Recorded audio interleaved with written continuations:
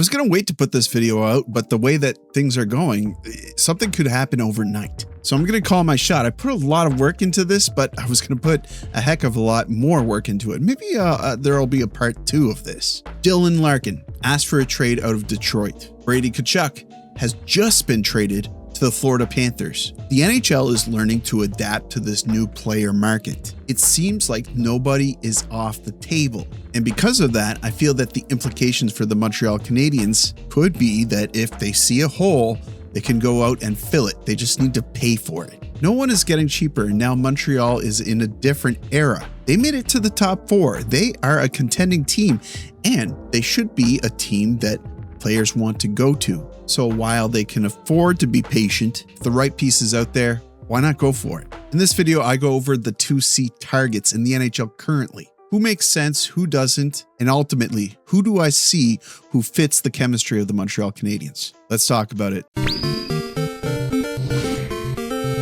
Hot dogs, get your hot dogs. Come on, get your hot dogs. Yeah, I wanted to wait till tomorrow night to get a more substantial video to you, but maybe I'll do like a part 2 of this and elaborate more. Feeling a little bit of the pressure because Habs social media is lighting up a little bit about a potential trade. There's rumors swirling around. I think this comes mostly from a fellow named Incarcerated Bob. Dude has 148,000 followers, but I'm looking through his feed and I don't know if this guy's an insider. Like, where's he getting this information? Still working on some rumors. Habs fans will get the update as soon as I do. Should be something not on anyone's radar. Sounds pretty dubious. Nevertheless, things are fluid. Things are moving fast, just like this channel has. Thank you so much for your continued support. We're really close to 26,000 subscribers now. If you're not already subscribed, can you help me out? Hit that subscribe button. I'd love to have you. Everyone else, hit the like button. It helps me with some probably algorithm stuff. So the old 2C talking point. Montreal Canadiens struggling to find a second line center. And arguably now it's ramping up more pressure lately because there's talent on the second line. They really need to find Ivan Demidov, somebody to play with who can match his speed and his creativity. Personally, I think Alex Newhook matches his speed. I just don't think that his skill is necessarily there. But after last season, I don't know, give him a chance. But they do need some legitimate bodies in the top 6. When it came to the playoffs this season, it was apparent that the depth on the team could be better. I think that the physicality aspect of that is it's a big component. But in the conference finals against Carolina, they struggled to put shots on net. And of course, we've talked about this ad nauseum, but a lot of that had to do with how beat up the team was versus how well rested Carolina was. And their play in the defensive zone, they were getting sewed in. They weren't able to move the puck. So if you had to rank in priority, what are the skills you need for a second line center? What would they be? You want the timeline to work with the Canadiens. You want somebody with good foot speed. The Canadiens play a fast game. The team is getting smaller and they've been criticized being not physical enough. I debate that somewhat. Look how they played against Tampa Bay,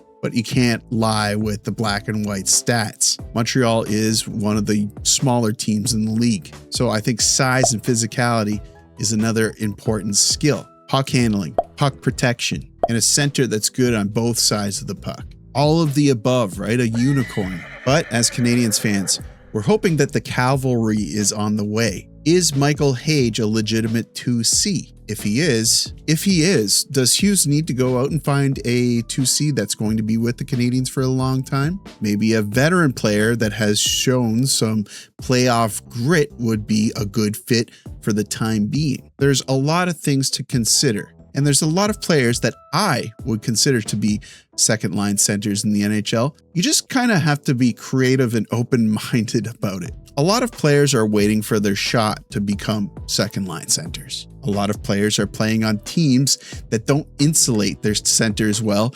And because of it, maybe they don't excel at like a 50, 60, 70 point per season pace. But I've created a list of every potential second line center option in the NHL. I've categorized them by untouchable, potentially, realistic, and bargain. Untouchable players are core pieces or just not available for trade. Potentially players are available, but they wouldn't come cheap.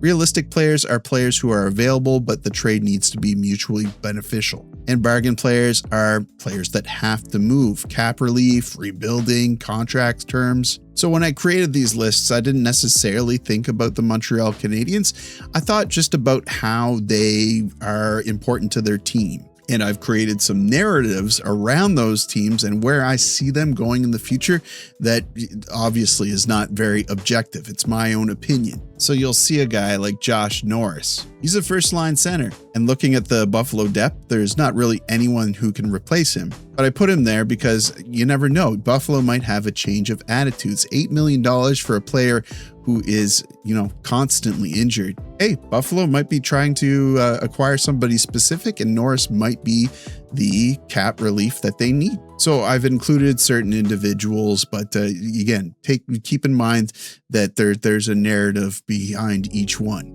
And I'm not even going to really get too in depth about the players that I've added to this list. I'm more going to go over who I think are Habs likely players or targets that would make sense in their current composition. But very quickly, I have Tim Stützle in there. I have Dylan Cousins because, what's Ottawa doing now? Both those players, I think that they're untouchable, but you never know. I think that they would both be good fits for Montreal personally, but they'd have to buy into the culture. And I don't know if those are two guys that necessarily fit the Canadiens culture. I just realized I have Trocheck up here. I think that's supposed to be Zibanejad. I've got them mixed up. Zibanejad is under a realistic trade option. But New York's a team that I'm very interested in how they navigate this season. They're in a weird limbo spot. Let's focus on potentially realistic and bargain players. Pavel Zacha. It's another player kind of like Josh Norris. The Bruins don't have a lot of options in center. And if they trade Zacha,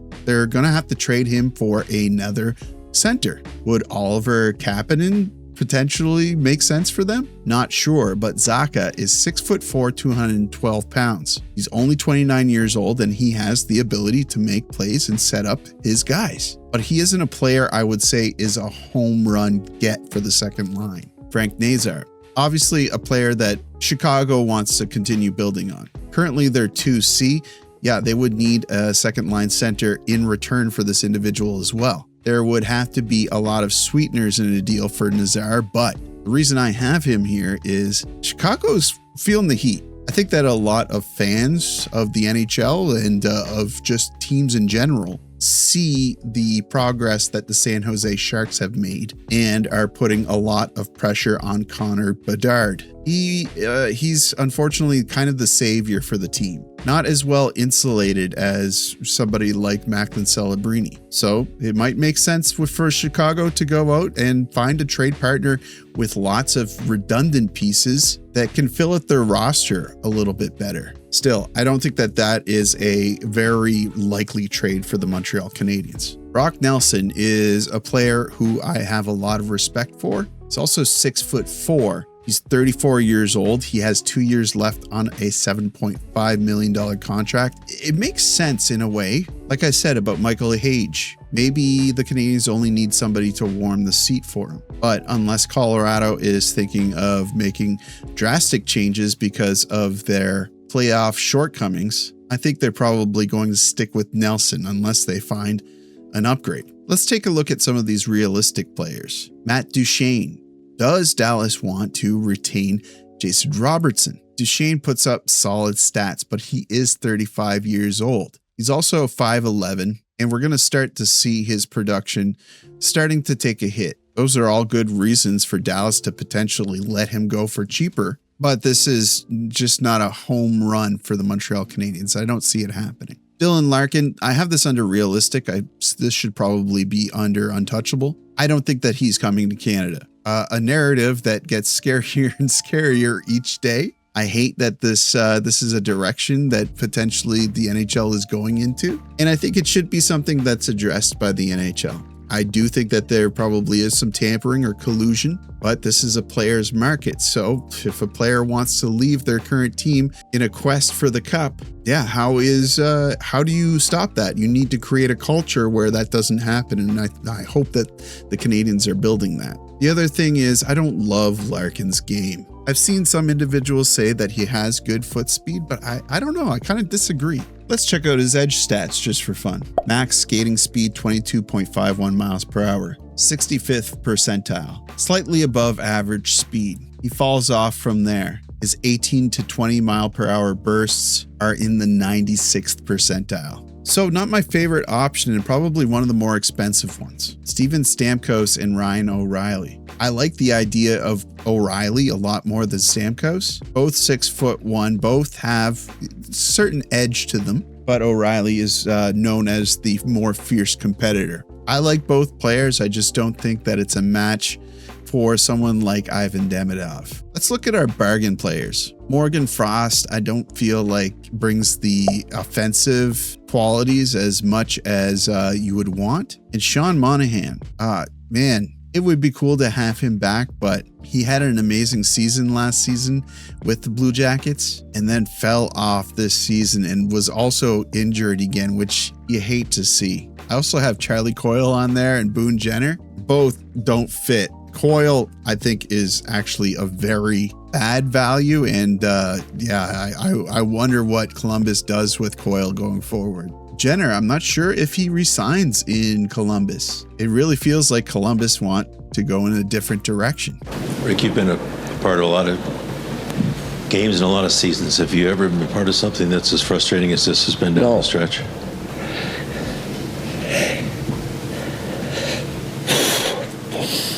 No. And you know what? All you got to do is look at the stat sheet. 3 hits, 23 giveaways. Like, I don't know if I'm back, but if I'm back, I'm changing this culture.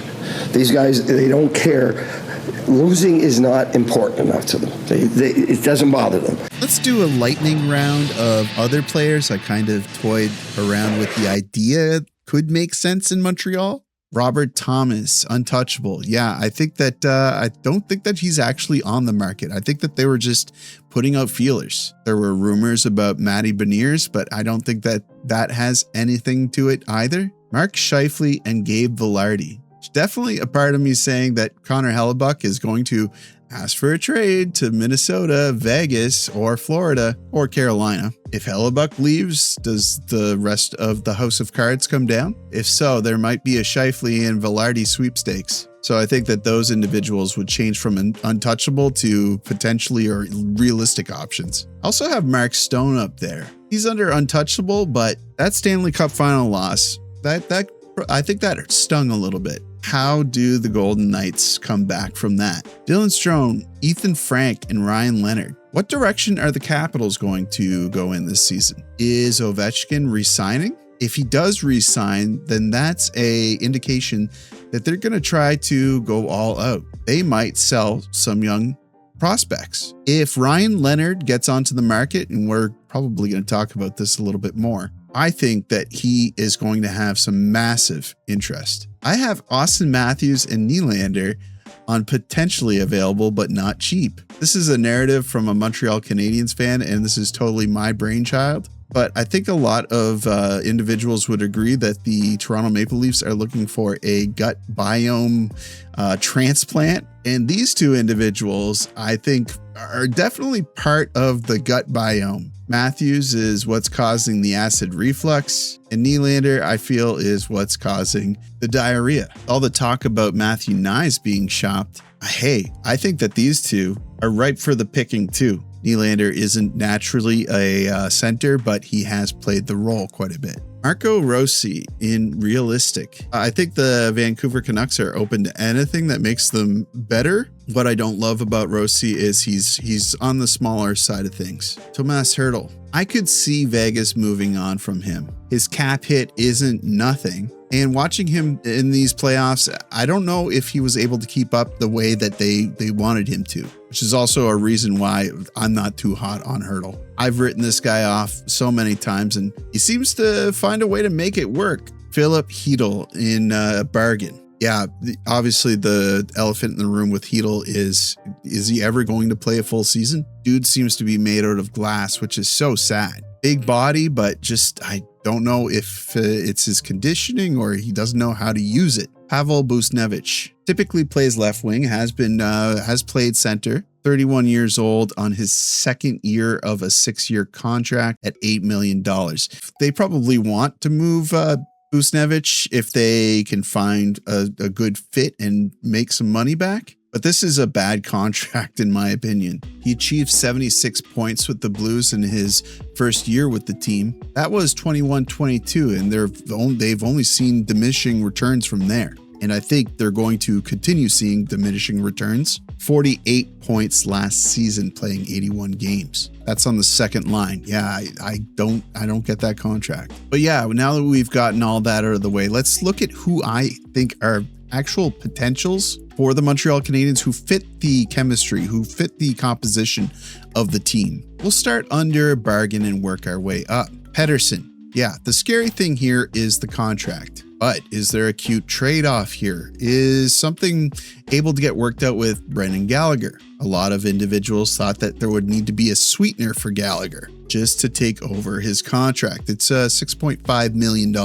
There could be a trade here that makes sense, that $11.6 million doesn't hurt as bad, and Pettersson could see a big bounce back year. New market, new me. Still, trade scares me a little bit. He kind of looks like Patrick Laine. I just don't feel like the Canadiens are wanting to get themselves painted into a corner with a big contract like this, with a guy who is currently a little bit down on his luck, needs to find his game again. Been there, done that. Mason McTavish. His name's been thrown around a lot, and at $7 million, that's a lot easier to digest. But McTavish was recently scratched in the playoffs. Didn't have the best year. He's 23 years old, left shot, 6'1", 218 pounds, little bit slow. But did he like the system that was being played in Anaheim?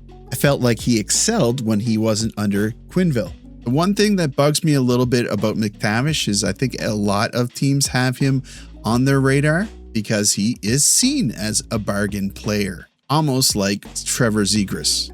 I was wrong about Zegras. Let's head to realistic. Quinton Byfield. This is kind of a fun thing to think about. $6.25 million. He's year 3 of 5 in his contract. He needs to prove it. Left shot center, 6'5", 225 pounds. The only problem with that is he definitely doesn't play like he's 6'5". And that's my major criticism of Byfield. I wish he played like a little bit more of a power forward. Still, in LA, I don't know if that's the best place to nurture a player like Byfield. Given the opportunity in Montreal, it might be a better fit for him. Now, and potentially, but not cheap, Sam Bennett. We've talked a lot about him. What I like about him is he adds a grit to the team, but why would Florida get rid of him? They just re-signed him. Well, Bobrovsky is leaving town. There's rumors around Connor Hellebuck. Do they need to clear cap space to get Hellebuck?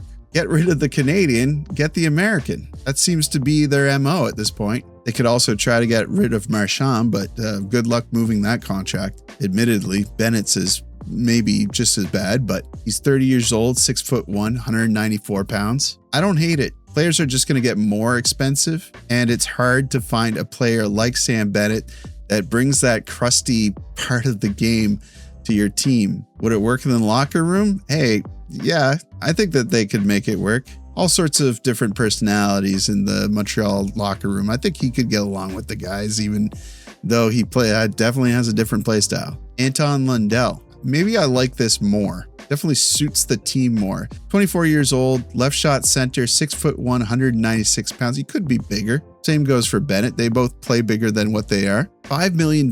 He's on year 3. Lundell is, they call him Baby Barkey for a reason. I think he really does tailor his game off of Alexander Barkov, and he'd be a great get if they're looking to get rid of some players to make way for somebody like Connor Hellebuck. Again, that's a narrative that's my brainchild. This one's kind of gross. Dylan Cousins. I hate him all you want.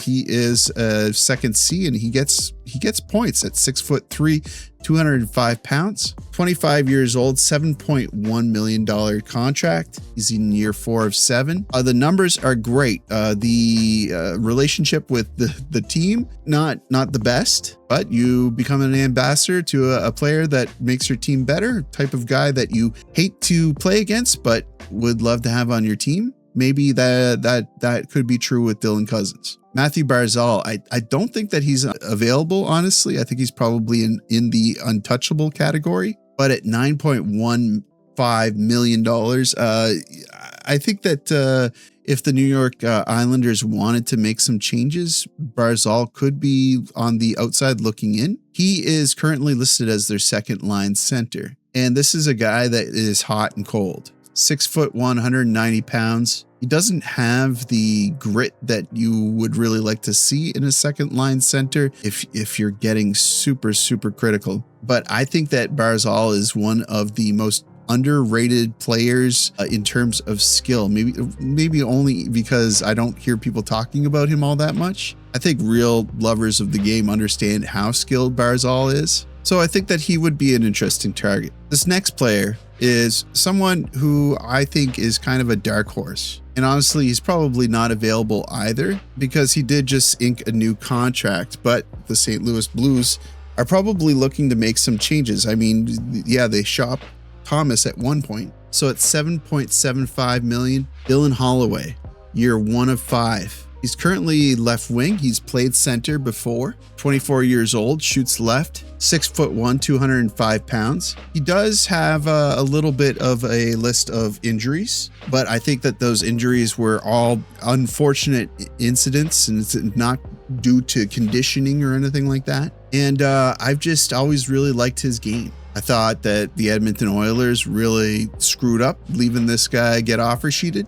and his production is fantastic. I don't know why people don't talk a little bit more about Dylan Holloway. He played 59 games last season. He was injured, serious injury. In 59 games, he achieved 51 points. Hello, is this guy soon going to be a point per game player? He's only 24 years old. He still has development time. Still, I think Holloway is pretty important to the St. Louis Blues. I don't see how they move him. He's not a true C anyway. I'd still like to see how he pairs up with Demidov. Nevertheless, let's move on. Ryan Leonard. Okay. Also not a true C. He's currently playing right wing with the Capitals. I think that Ryan Leonard is going to grow into a very relevant player for a long time in the NHL. He's only 21 years old. He's still in his entry-level contract. And if the Capitals want to make changes, say they decide to go with Ovechkin this season and they want to beef up their core, he would make an incredible trade chip. But does Montreal have the type of players that the Capitals want? Yeah, probably not. Another young gun, Matthew Wood. What's going on with the Predators this season? Are they going to try to run it back with a lot of their veteran players? If so, Matthew Wood, again, just like Ryan Leonard, would make an interesting trade chip. Problem is, I think that they probably want to use him into the future. He's going to be their future 1C. 6'4", 203 pounds. Yeah, he would be a dream on the Montreal Canadiens, I think. Just like Adam Fantilli. He's waiting for his contract. He'll get it, but I think it's going to be not so cheap. He's their true first center. Can't see him getting given up. That's why I have him under untouchable. 21 years old, 6'2", plays a great game and would look really well developed in Montreal. Nico Hischier, we talked about him a whole heck of a lot. I don't think that he's actually on the market. I think that the Devils will get him signed, but it's fun to dream, especially at $7.25 million for one more year. 27 years old, 6'1". He'd be a great addition to the team. He is a first center, but now I'm hearing rumblings about Jack Hughes being traded. Those are just rumors. I don't think that's legitimate. These next two, you're probably gonna turn your head around a little bit. Tim Stützle. Hate it or love it, he's a 1C on a team that you don't know what's happening. I still have him under untouchable because I can't see Ottawa moving away from this individual. I think that they're probably going to try to build around Sanderson and Stützle, but he gets points. He's an excellent first center, and his game has changed. He doesn't dive as much as he used to. And finally, Mark Scheifele. Is the House of Cards coming down? Is Hellebuck leaving town? Is Mark Scheifele going to get dealt? Is Gabe Vilardi going to get dealt? I'm going to say right away that if Connor Hellebuck asked for a trade, I think the Jets say no. So I don't think Mark Scheifele or anyone from the Jets are going. They're going to run it back. If it doesn't work this year, okay.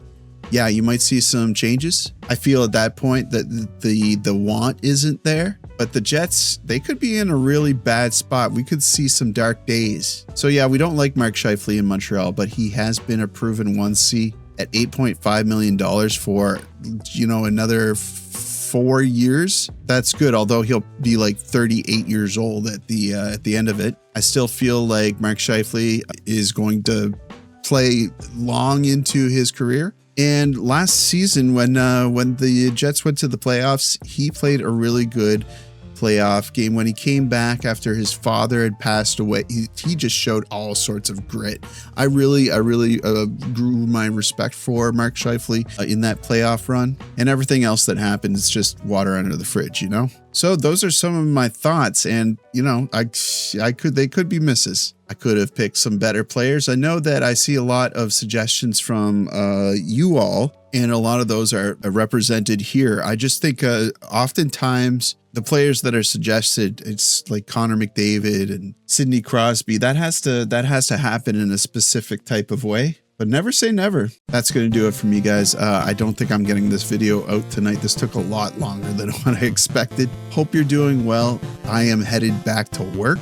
Had a really good time off. Enjoyed my new pool in the backyard, although I'm still learning to like the idea of being a pool owner. There's a lot of responsibility behind it, and it terrifies me that, my kids are going to be around the pool and you have to constantly be watching them. Yeah, I just hear so many horror stories, and those unfortunately affect me. I'm usually not a very worrisome person, but when it comes to my kids, I get pretty worrisome. So I hope you're all doing well. I'll talk to you again soon. Take care of yourselves, and like the video. Helps me out with search results or something like that. Subscribe if you're not already subscribed. I'd love to have you. And as always, I will see you down in the comments.